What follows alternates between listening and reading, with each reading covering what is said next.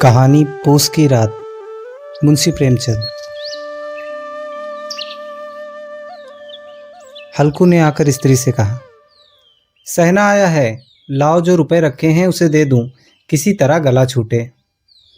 मुन्नी झाड़ू लगा रही थी, पीछे मुड़कर बोली, 3 ही तो रुपए हैं, दे दोगे तो कंबल कहाँ से आएगा।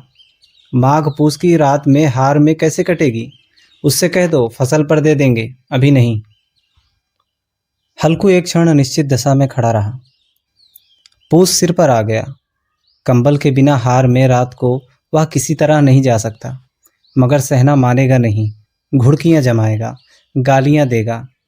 बला से जाड़ों में मरेंगे, लेकिन यह बला तो सिर से टल जाएगी। यह सोचता हुआ वह अपना भारी भरकम डील डौल लिए हुए, जो उसके नाम को झूठ सिद्ध करता था, स्त्री के समीप आ गया और खुशामद करके बोला, ला दे रुपए, गला तो छूटे, कंबल के लिए कोई दूसरा उपाय सोचूंगा। मुन्नी ने आंखें तरेर कर कहा, कर चुके दूसरा उपाय, जरा सुनूं तो, कोई खैरात में दे देगा कंबल। ना जाने कितनी रकम बाकी है, जो किसी तरह चुकने में ही नहीं आती। मैं कहती हूँ तुम छोड़ क्यों नहीं देते खेती, मर मर कर काम करो, उपज हो तो बाकी दे दो। चलो छुट्टी हुई, बाकी चुकाने के लिए ही तो हमारा जन्म हुआ है। पेट के लिए मजूरी करो, ऐसी खेती से बाज आए। मैं रुपए ना दूंगी ना दूंगी। हल्कू उदास होकर बोला, तो क्या गाली खाऊं। मुन्नी ने तड़प कर कहा, गाली क्यों देगा, क्या उसका राज है। मगर यह कहने के साथ ही उसकी तनी हुई भाव ढीली पड़ गई। हल्कू के उस वाक्य में जो कठोर सत्य था, वह मानो एक भीषण जंतु की भांति उसे घूर रहा था।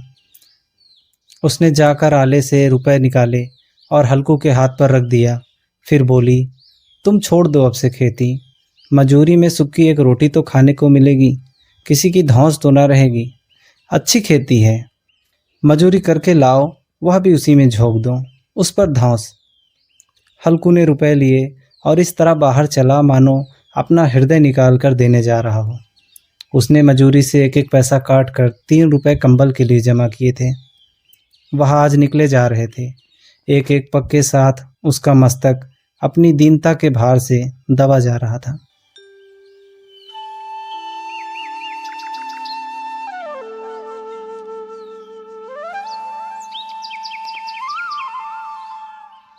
पूस की अंधेरी रात, आकाश में तारे भी ठिठुरते मालूम होते थे।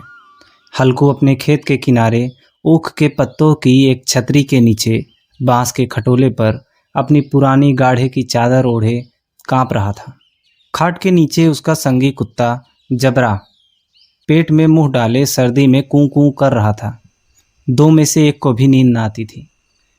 हल्कू ने घुटनों को गर्दन से चिपकाते हुए कहा, क्यों जबड़ा, जाड़ा लगता है। कहता तो था घर के पुआल में लेटे रहे, तो यहाँ क्या लेने आए थे। अब खाओ ठंड, मैं क्या करूँ। जानते थे मैं यहाँ हलवा पूरी खाने आ रहा हूँ। दौड़े दौड़े आगे आगे चले आए, अब रो नानी के नाम को। जबरा ने पड़े पड़े दुम हिलाई और अपनी कूं कूं को दीर्घ बनाता हुआ एक बार जमाई लेकर चुप हो गया। उसकी स्वान बुद्धि ने शायद ताड़ लिया था, स्वामी को मेरी कूं कूं से नींद नहीं आ रही है। हल्कू ने हाथ निकाल कर जबरा की ठंडी पीठ सहलाते हुए कहा, कल से मत आना मेरे साथ, नहीं तो ठंडे हो जाओगे। यह ताड़ पछुआ न जाने कहाँ से बर्फ लिए आ रही है। उठूं फिर एक चिलम भरूं, किसी तरह तो रात कटे। 8 चिलम तो पी चुका। यह खेती का मज़ा है। और एक एक भागवान ऐसे पड़े हैं जिनके पास जाड़ा जाए तो गर्मी से घबरा कर भागे। मोटे मोटे गद्दे, लिहाफ, कंबल, मजाल है उनके पास जाड़े का गुजर हो जाए। तकदीर की खूबी, मजूरी हम करे, मज़ा दूसरा लूटे। हल्कू उठा और गड्ढे में से जरा सी आग निकाल कर चिलम भरी। जबरा भी उठ बैठा। हल्कू ने चिलम पीते हुए कहा, पिएगा चिलम, जाड़ा तो क्या जाता है, जरा मन बदल जाता है। जबरा ने उसके मुंह की ओर प्रेम से छलकती हुई आंखों से देखा। हल्कू, आज और जाड़ा खा ले, कल से यहाँ पुआल बिछा दूंगा, उसी में घुसकर बैठना, तब जाड़ा ना लगेगा।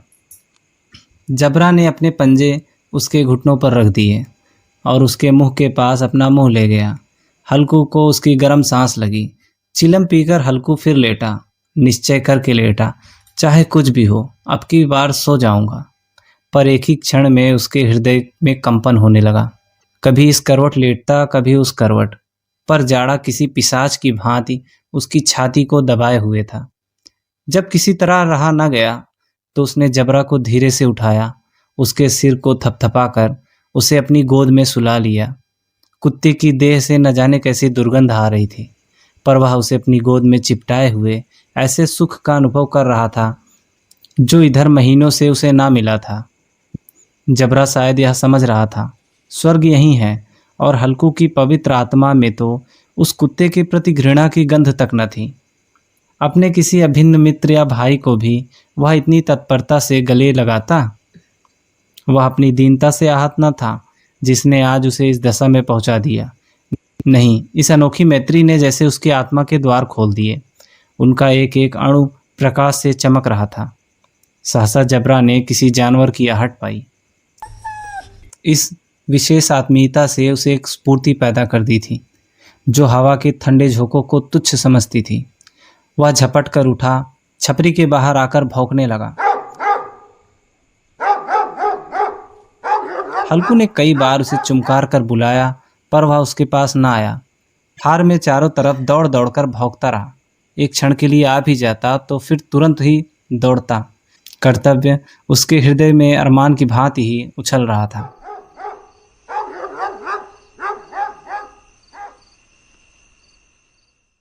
एक घंटा और गुजर गया। रात ने शीत को हवा से धधकाना शुरू किया। हल्कू उठ बैठा, दोनों घुटनों को छाती से मिलाकर सिर को उसमें छिपा लिया। फिर भी उसे ठंड कम न हुई। ऐसा जान पड़ता था सारा रक्त जम गया है, धमनियों में रक्त की जगह हिम बह रहा है। उसने झुककर आकाश को देखा। अभी कितनी रात बाकी है। सप्तऋषि अभी आकाश में आधे भी नहीं चढ़े। ऊपर आ जाएंगे तब कहीं सवेरा होगा। अभी पहर के ऊपर रात है। हल्कू के खेत से कोई एक कोली के टप्पे पर आमों का बाग था। पतझड़ शुरू हो गई थी। बाग में पत्तियों का ढेर लगा हुआ था। हल्कू ने सोचा चलकर पत्तियां बटोरूं, उन्हें जलाकर खूब तापूं। रात को कोई मुझे पत्तियां बटोरते देखे तो समझे कोई भूत हूँ। कौन जाने कोई जानवर ही छिपा बैठा हो। मगर अब बैठा भी नहीं रहा जाता। उसने पास के अरहर के खेत में जाकर कई पौधे उखाड़ लिए और उनका एक झाड़ू बनाकर हाथ में सुलगता हुआ उपला लिए बगीचे की तरफ चला।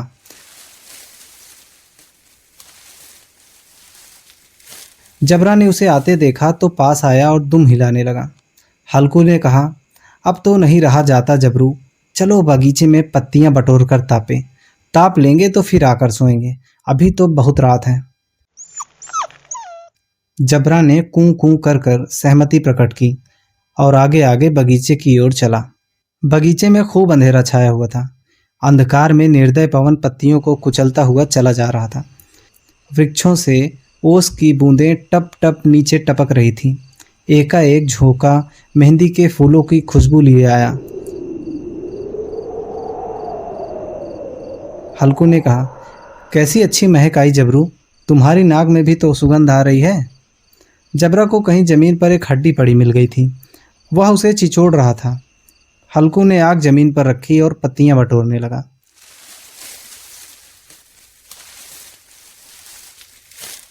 जरा सी देर में पत्तियों का ढेर लग गया। हाथ ठिठुरे जाते थे, नंगे पांव गले जाते थे। वह पत्तियों को पहाड़ खड़ा कर रहा था। इस अलाव में कहीं ठंड को जलाकर भस्म कर देगा। थोड़ी देर में अलाव जल उठा। उसकी लौ ऊपर के वृक्ष के पत्तियों को छू छू कर उठने लगी। उस अस्थिर प्रकाश में बगीचे के विशाल वृक्ष ऐसे मालूम होते थे मानो उस अथाह अंधकार को अपने सिरों पर संभाले हुए हों। अंधकार के उस अनंत सागर में यह एक प्रकाश की नौका के समान हिलता मचलता हुआ जान पड़ता था। हल्कू अलाव के सामने बैठा आग ताप रहा था।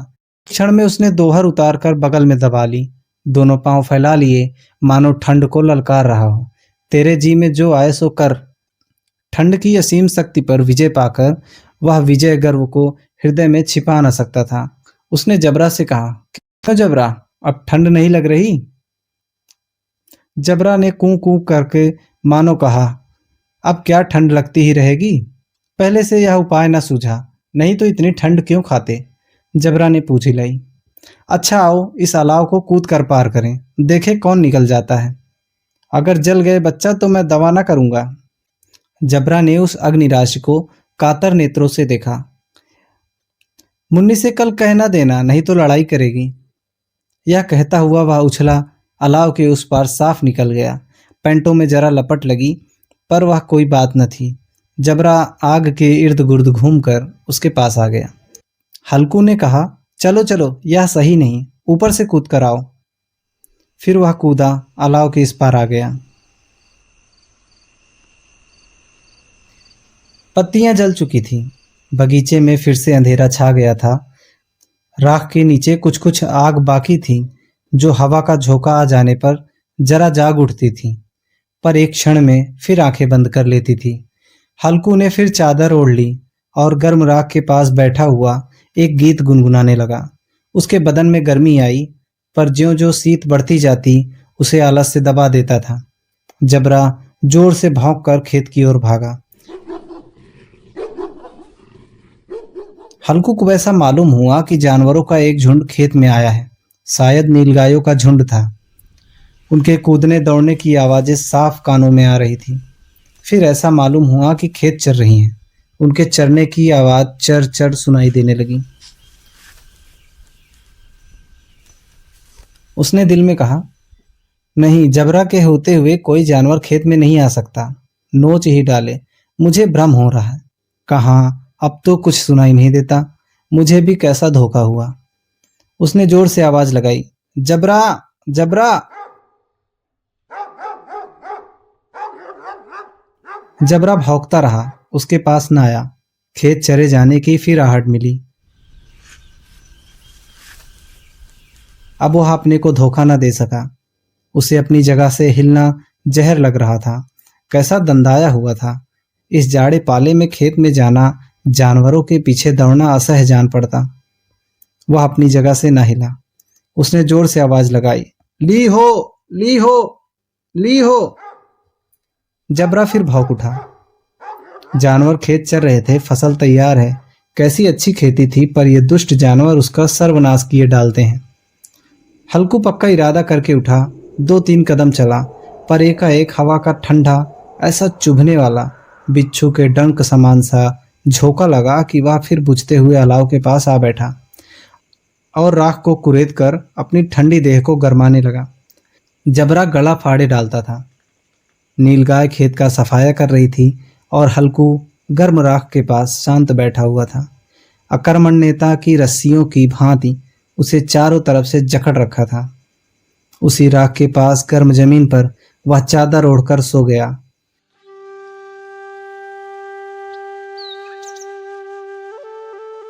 सवेरे जब उसकी नींद खुली तो चारों तरफ धूप फैली हुई थी और मुन्नी कह रही थी, क्या आज सोते ही रहोगे? तुम यहाँ आकर रम गए और उधर सारा खेत चौपट हो गया। हल्कू ने उठकर कहा, क्या तू खेत से होकर आ रही है? मुन्नी बोली, हाँ, सारे खेत का सत्यानाश हो गया। भला ऐसा भी कोई सोता है? तुम्हारे यहाँ मड़ैया डालने से क्या हुआ? हल्कू ने बहाना किया, मैं मरते मरते बचा, तुझे खेत की पड़ी है। पेट में ऐसा दर्द हुआ कि मैं ही जानता हूँ। दोनों फिर खेत की डांड पर आए। देखा सारा खेत रौंदा पड़ा हुआ है और जबरा मड़ैया के नीचे चित्त लेटा है, मानो प्राण ही ना हो। दोनों खेत की दशा देख रहे थे। मुन्नी के मुख पर उदासी छाई थी, पर हल्कू प्रसन्न था। मुन्नी ने चिंतित होकर कहा, अब मजूरी करके माल गुजारी भरनी पड़ेगी। हल्कू ने प्रसन्न मुख से कहा, रात को ठंड में यहाँ सोना तो ना पड़ेगा। तो ये थी प्रेमचंद की कहानी पूस की रात। कहानी आपको कैसी लगी कमेंट में ज़रूर बताएं। धन्यवाद।